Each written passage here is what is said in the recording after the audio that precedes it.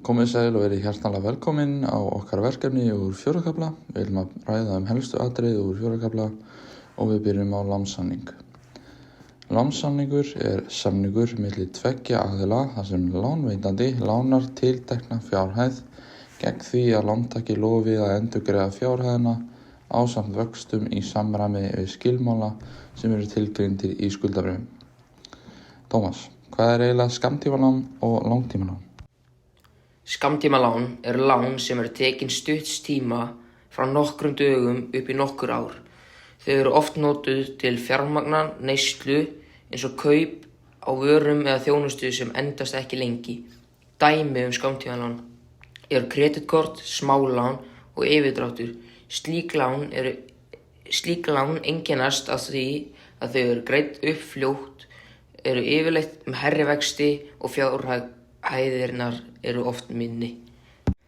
Langtímalán eru hins vegar lán sem eru tekin til langs tíma, oft í mörg ár eða jafnvel áratugi. Þau eru notuð til fjármagna stóra fjárfestingar, til dæmis kaup á húsnæði. Langtímalán einkennast af því að þau eru greidd upp yfir langan tíma, eru yfirleitt með lægri vexti en skammtímalán og fjárhæðirnar eru oft hærri. Oft þarf einnig að setja fram tryggingu fyrir slíkum lánum, til dæmis fasteign.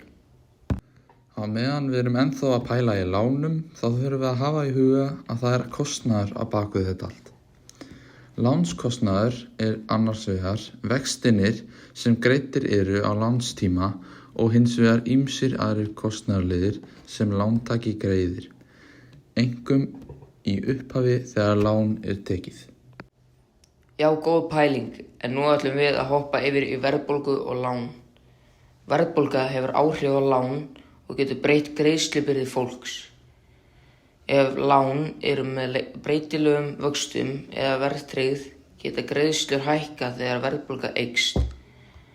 Lán með föstum vöxtum halda hins vegar sömu greiðslu allan lánstímann og eru því fjárfestilegri.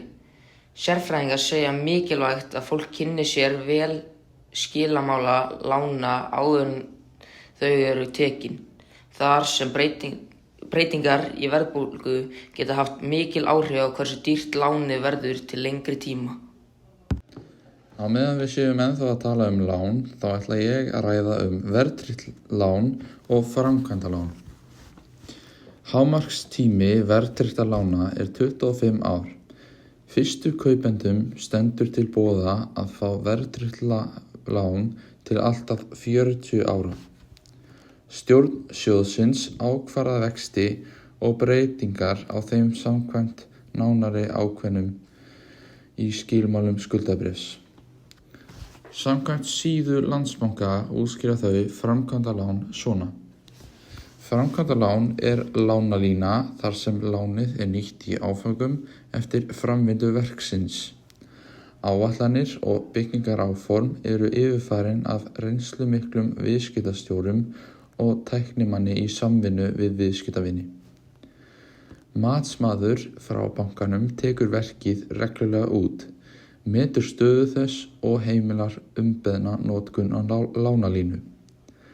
Algengt er að framkvæmdalán séu veitt til 12 til 24 mánaða og lánshlutfall er oftast 70% af kostnaði með kaupverði lóðar.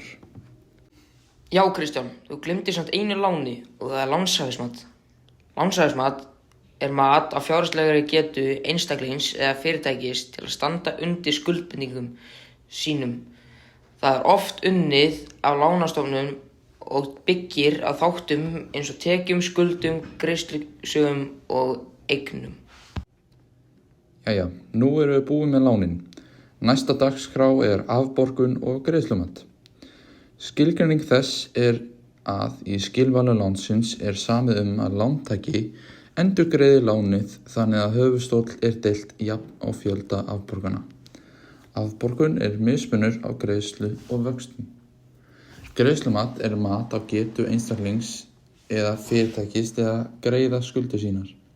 Það er oft unnið af lánastofnunum, fjármálafyrirtækjum eða sérhæfðum matsfyrirtækjum. Jæja, Kristján, nú erum við komin að enda. Seinasta dagskrá er árleg hlutfallstala kostnaðar og munurinn á breytilegum og föstum vöxtum.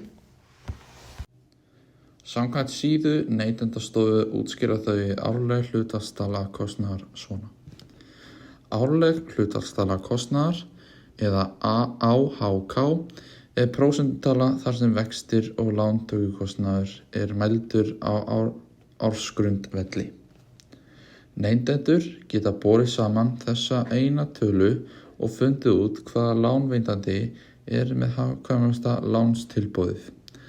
Árleg hlutfallstala kostnaðar er fundin samkvæmt reikniformúlu sem er að finna í reglugerð.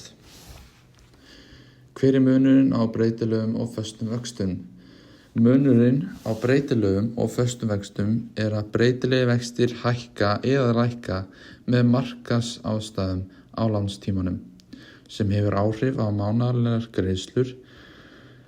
Fastir vextir haldast hins vegar óbreyttir í ákveðin tíma, annaðhvort 3 eða 5 ár, og losna svo að lánstími loknum.